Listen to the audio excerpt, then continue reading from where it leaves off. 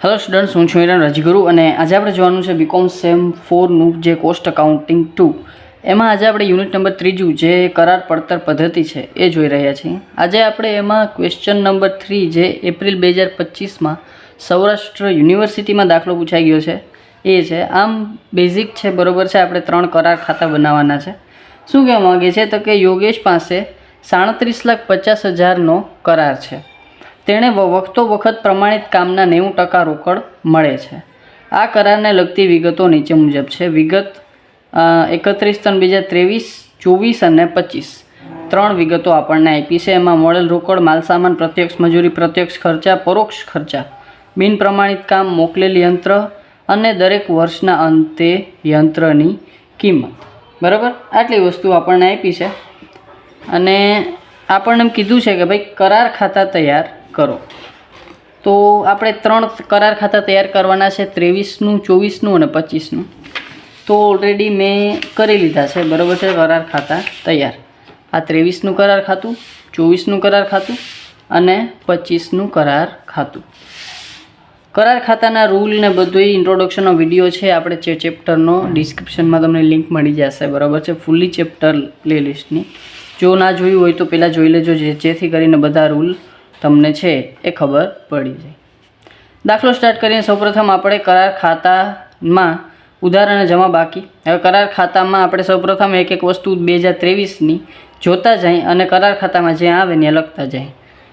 તો સૌપ્રથમ છે મળેલ રોકડ। તો મળેલ રોકડ છે એ શું છે તો કે મળેલ રોકડ આપણને અહીંયા કરાર ખાતામાં ક્યાંય આપણે નોંધ નહીં થાય, પણ આપણે જે પ્રમાણિત કામ છે એ આપણને મળશે। પ્રમાણિત કામના 90% રોકડ આપણને મળે છે। તો અહીંયા આપણે લખશું જરાક નીચે ચાલુ કામ ખાતે,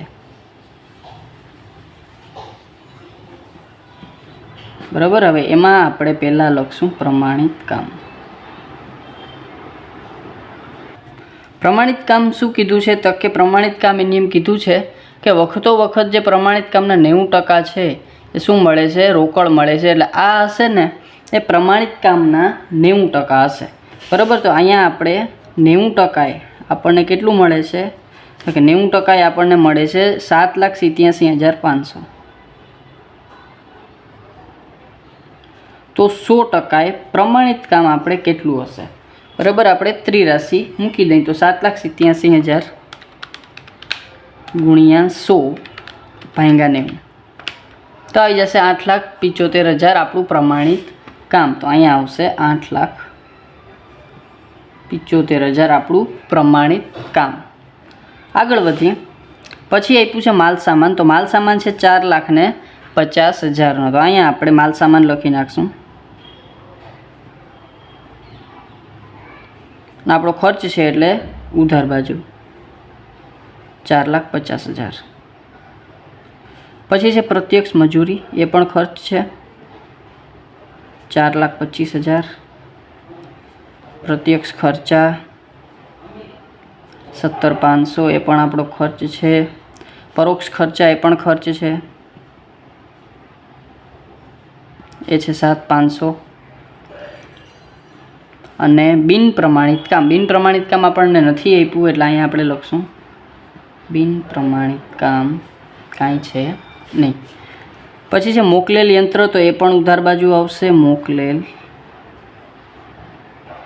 યંત્ર 50,000 અને દરેક વર્ષના અંતે યંત્રની કિંમત 40,000। તો અહીંયા આપણે જે આખરનું યંત્ર છે, બરાબર છે, તો અહીંયા લખશું યંત્રની આખરની બાકી,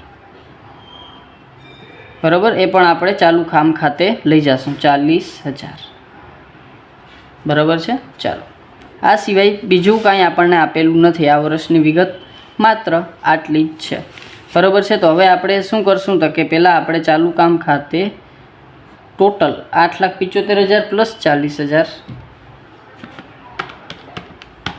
9,15,000। તો અહીંયા હું લખું છું 9,15,000 અને આ બાજુનો ટોટલ કરી નાખીએ 4,50,000, 4,25,000, 17,500, 7,500 અને 50,000, એટલે કે 9,50,000 છે। અને અહીંયા આપણું ટોટલ 9,15,000 થાય છે, એટલે કે આપણો જે 23નો કરાર ખાતાનો જે નફો છે એનો નફો નથી પણ ખોટ છે.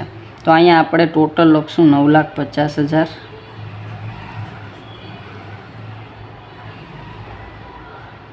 માંથી 9,15,000 માઇનસ તો 35,000 છે એ શું હશે? ખોટ હશે આપણી. શું આવશે? ખોટ. અને ખોટ હંમેશા આપણે પૂરેપૂરી જે છે એ નફા નુકસાન ખાતે જ બતાવી દેશું, બરાબર છે. આને આપણે જે છે એ ચાલુ કામમાં અનામતમાં કે એનો ભાગ છે એ આપણે પાડવાનો થતો નથી, એટલે બધી ખોટ છે એ નફા નુકસાન ખાતે આપણે આપી દઈશું. તો નનું ખાતે ખોટ, બરાબર છે. કેટલું? 35,000.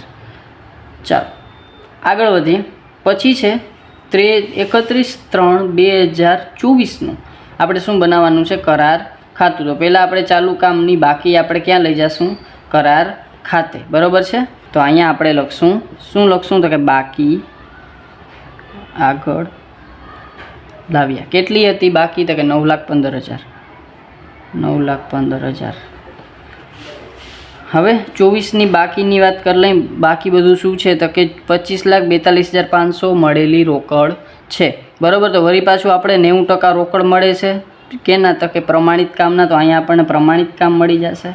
અહીં લખશું આપણે ચાલુ કામ ખાતે લઈ જશું, કારણ કે હજી આપણે કામ પૂરું થશે નહીં. હજી આપણે કામ છેટ ક્યારે પૂરું થશે? તો કે 37,50,000 પૂરેપૂરી રોકડ આપણને 25માં મળશે, એટલે કામ આપણું 25માં પૂરું થશે. એટલે 24માં હજી આપણે ચાલુ કામ ખાતે પ્રમાણિત કામ લખવું પડશે. તો અહીં લખશું પ્રમાણિત ચાલુ કામ ખાતે પ્રમાણિત કામ. કેટલું છે? તો કે 25,42,500 છે. એ શું છે? તો કે મળેલી રોકડ અને પ્રમાણિત કામના 90% રોકડ મળે છે, એટલે 90 એ 25,42,500 આપણે વાં જ ગણતરી કરી હતી, બરાબર. તમને અહીં ઉપર લખી દઉં. 90 એ 25,42,500 તો 100 એ કેટલા? 100% એ કેટલા? બરાબર. 100% આપણને શું મળશે? પ્રમાણિત કામ. ત્રિરાશી મૂકી દઈએ. 25,42,500 અને ગુણ્યા 100 ભાગ્યા 90 તો એ આવશે 28,25,000. એ શું આવશે? આપણું પ્રમાણિત કામ. તો અહીં લખશું 28,25,000 આપણું પ્રમાણિત કામ. ચાલો આગળ વધીએ. માલ સામાન આપ્યો છે 5,50,000નો, તો ઉધાર બાજુ માલ સામાન 5,50,000. પ્રત્યક્ષ મજૂરી કેટલી છે? તો કે 5,75,000. પછી પ્રત્યક્ષ ખર્ચા છે 62,500, તો પ્રત્યક્ષ ખર્ચા 62,500. પછી પરોક્ષ ખર્ચા છે 10,000, તો પરોક્ષ ખર્ચા 10,000. પછી બિન પ્રમાણિત કામ 50,000 આપ્યું છે, તો અહીંયા પ્રમાણિતની નીચે બિન પ્રમાણિત કામ 50,000 એ પણ ચાલુ કામ ખાતે જશે. પછી મોકલેલ યંત્ર એ કાંઈ છે નહીં, એટલે આપણે લખવાની જરૂર નથી. દરેક વર્ષના અંતે યંત્રની કિંમત, તો અહીંયા આપણે યંત્રની કિંમત ચાલુ કામ ખાતે લઈ જશું. તો અહીં લખશું આપણે યંત્રની આખર બાકી કેટલી છે? 25,000. બીજું એમાં કંઈ કરવાની જરૂર નથી. ચાલો આ વસ્તુ પણ કમ્પ્લીટ થઈ ગઈ, બરાબર. હવે આપણે ચાલુ કામ ખાતે કેટલી રકમ લઈ જવાની છે? તો કે 28,25,000, 50,000 અને 25,000. ચાલો તો 29 લાખ ચાલુ કામ ખાતાની બાકી. ચાલો હવે આપણે એક કામ કરવાનું છે કે હવે આપણે જોઈએ કે આપણે નફો આવે છે કે ખોટ આવે છે. જમા બાજુનું 29 લાખ છે, બરાબર. એ સિવાય એમાં કાંઈ નથી. અને આ છે 9,15,000, 5,50,000, 5,75,000, 62,500 અને 10,000. એટલે આવશે 21,12,500. ટોટલ કેટલો આવે છે? 21,12,500 અને આ 29 લાખ. તો અહીંયા આપણે 29 લાખે આપણું બંધ કરી દઈ અને અહીંયા આપણો નફો આવશે 29 લાખ. એમાંથી આપણે જો બાદ કરીએ 21 લાખ તો નફો આપણો આવશે 7,87,500. બરાબર છે. તો અહીંયા આપણે 7,87,500 આપણો શું આવશે? નફો આવશે. હવે જે છે એ નફામાં નફા નુકસાન ખાતે અમુક રકમ લઈ જવી પડશે, અમુક આપણે જે છે એ ચાલુ કામના અનામતમાં લઈ જવી પડશે. બરાબર છે. તો પહેલાં આપણું કામ કમ્પ્લીટ કેટલું થયું છે એ જોઈ લઈ. બરાબર છે. તો અહીંયા આપણે લખશું પ્રમાણિત કામ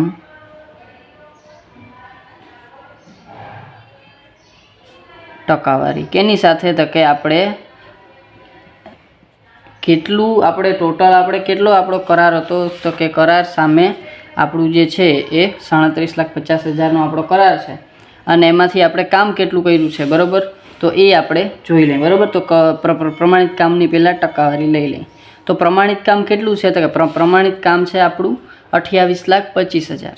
પણ 28,25,000 આપણું ટોટલ પ્રમાણિત કામ છે. આપણે માત્ર 24નું પ્રમાણિત કામ જોઈએ છે.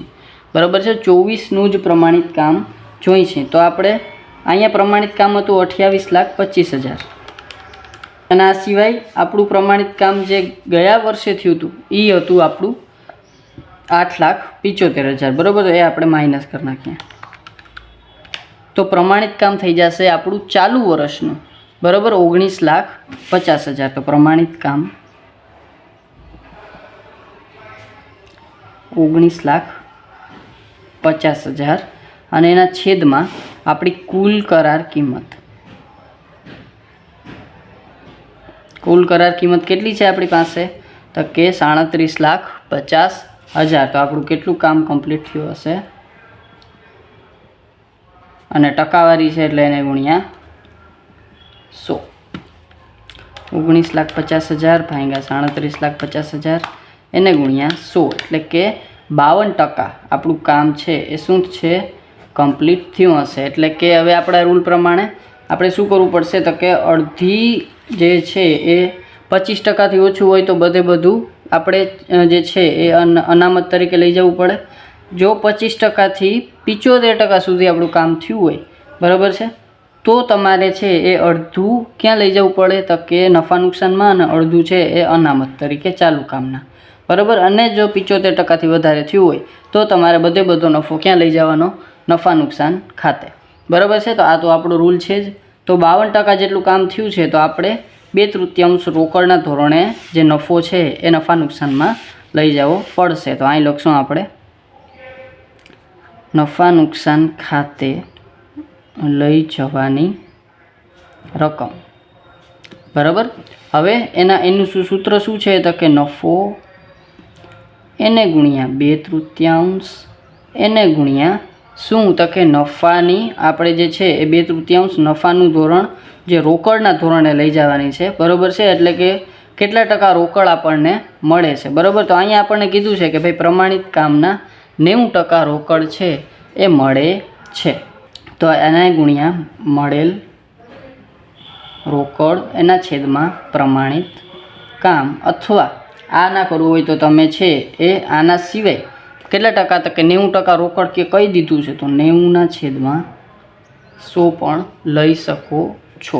બરાબર. આ બંનેમાંથી કોઈ પણ એક મળેલ રોકડના છેદમાં પ્રમાણિત કામ લ્યો તો પણ ચાલે, 90/100 એ પણ લ્યો તો ચાલે. ચાલો. તો નફો કેટલો છે આપણી પાસે? નફો છે સર ગયો 7,87,500 એને ગુણ્યા 2/3. મળેલ રોકડ કેટલી છે? તો કે મળેલ રોકડ મને અહીંયા આપી છે 25,42,500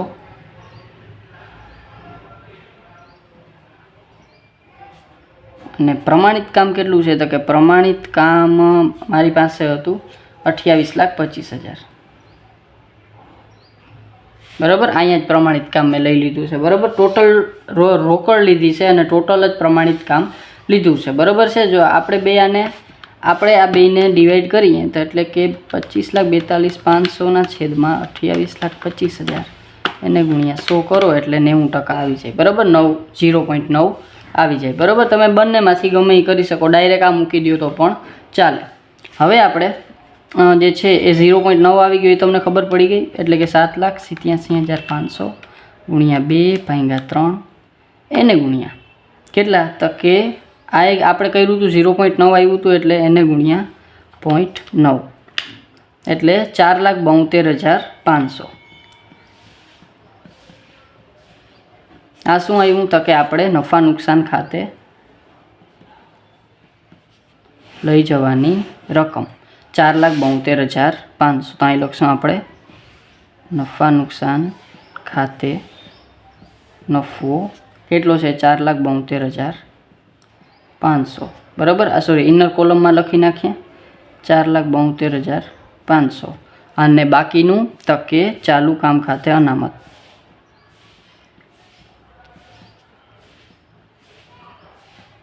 કેટલું વધે તો કે 7,87,500 માઇનસ કરીએ એટલે 3,15,000 આપણે ક્યાં લઈ ગયા ચાલુ કામ ખાતે. બરાબર. અને આ ટોટલ કરી અને આપણે 7,87,500 કુલ નફો. બરાબર છે. ચાલો આ થઈ ગયું આપણે કરાર નંબર 2નું કામ.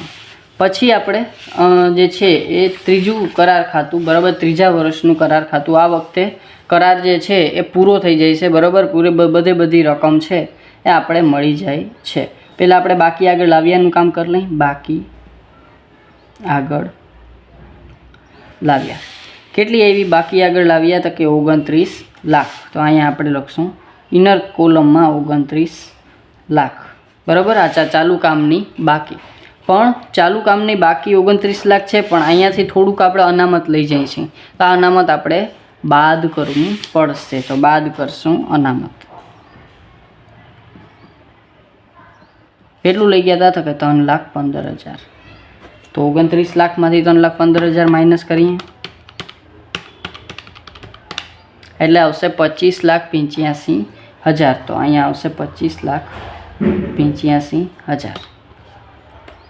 ચાલો તો આ વસ્તુ થઈ ગઈ કરાર ખાતામાં. પછી આપણે હવે જે કરાર ખાતામાં આપેલું છે એ જોઈએ તો મળેલ રોકડ છે 37,50,000. બરાબર છે. તો હવે આપણે પૂરેપૂરું કામ થઈ ગયું છે. તો આ બધું જ આપણે કેના ખાતે લઈ જઈશું તો કે આપણા જે છે એ કરાર આપનાર ખાતે. બરાબર છે.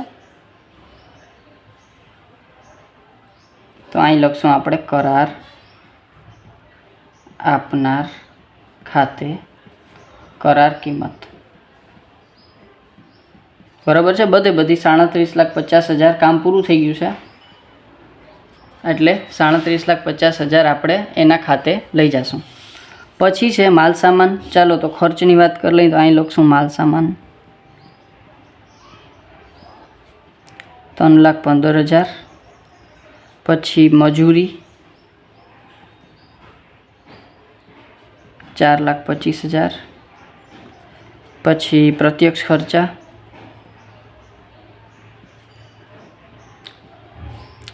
પછી બીજું કાંઈ નથી. અને વર્ષના અંતે જે યંત્રની બાકી છે એ. બરાબર છે. તો એ પણ આપણે અહીંયા રાખી દઈશું. તો અહીં લખશું હવે આપણે એને ચાલુ ખાતે નથી લઈ જવાનું, અહીંયા જ આપણે રાખશું. એટલે અહીં લખશું આપણે યંત્રની આખર બાકી. બરાબર છે 10,000. ચાલો બસ આ સિવાય હવે આમાં કાંઈ રહેતું નથી. બરાબર છે. આમાં હવે બધું આપણું છે એ કામ છે કમ્પ્લીટ થઈ ગયું છે. બરાબર. એટલે કે આપણે જે કરાર હતો એ ઓલમોસ્ટ કમ્પ્લીટ થઈ ગયો છે.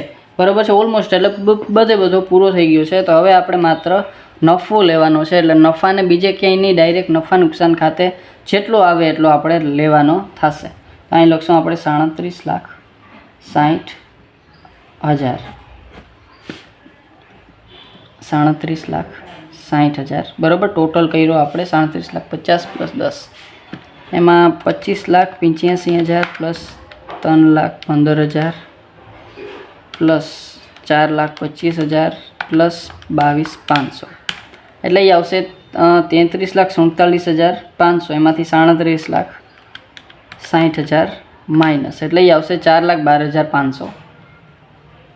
અને એ આપણે નફો લઈ જશું નફા નુકસાન ખાતે 4,12,500 આપણો નફો.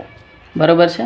અને આ થઈ ગયો આપણો 2025માં પૂછાયેલો દાખલો. બરાબર છે. છતાં તમને કાંઈ પણ જાતનો ડાઉટ રહી ગયો હોય તો મને કોમેન્ટમાં પૂછી લેજો. અને જો વિડીયો ગમે તો તમને ખબર જ છે લાઈક શેર સબસ્ક્રાઈબ જરૂરથી કરી નાખજો, જેથી કરીને આવતા વિડીયોઝ તમને સરળતાથી મળતા રહે.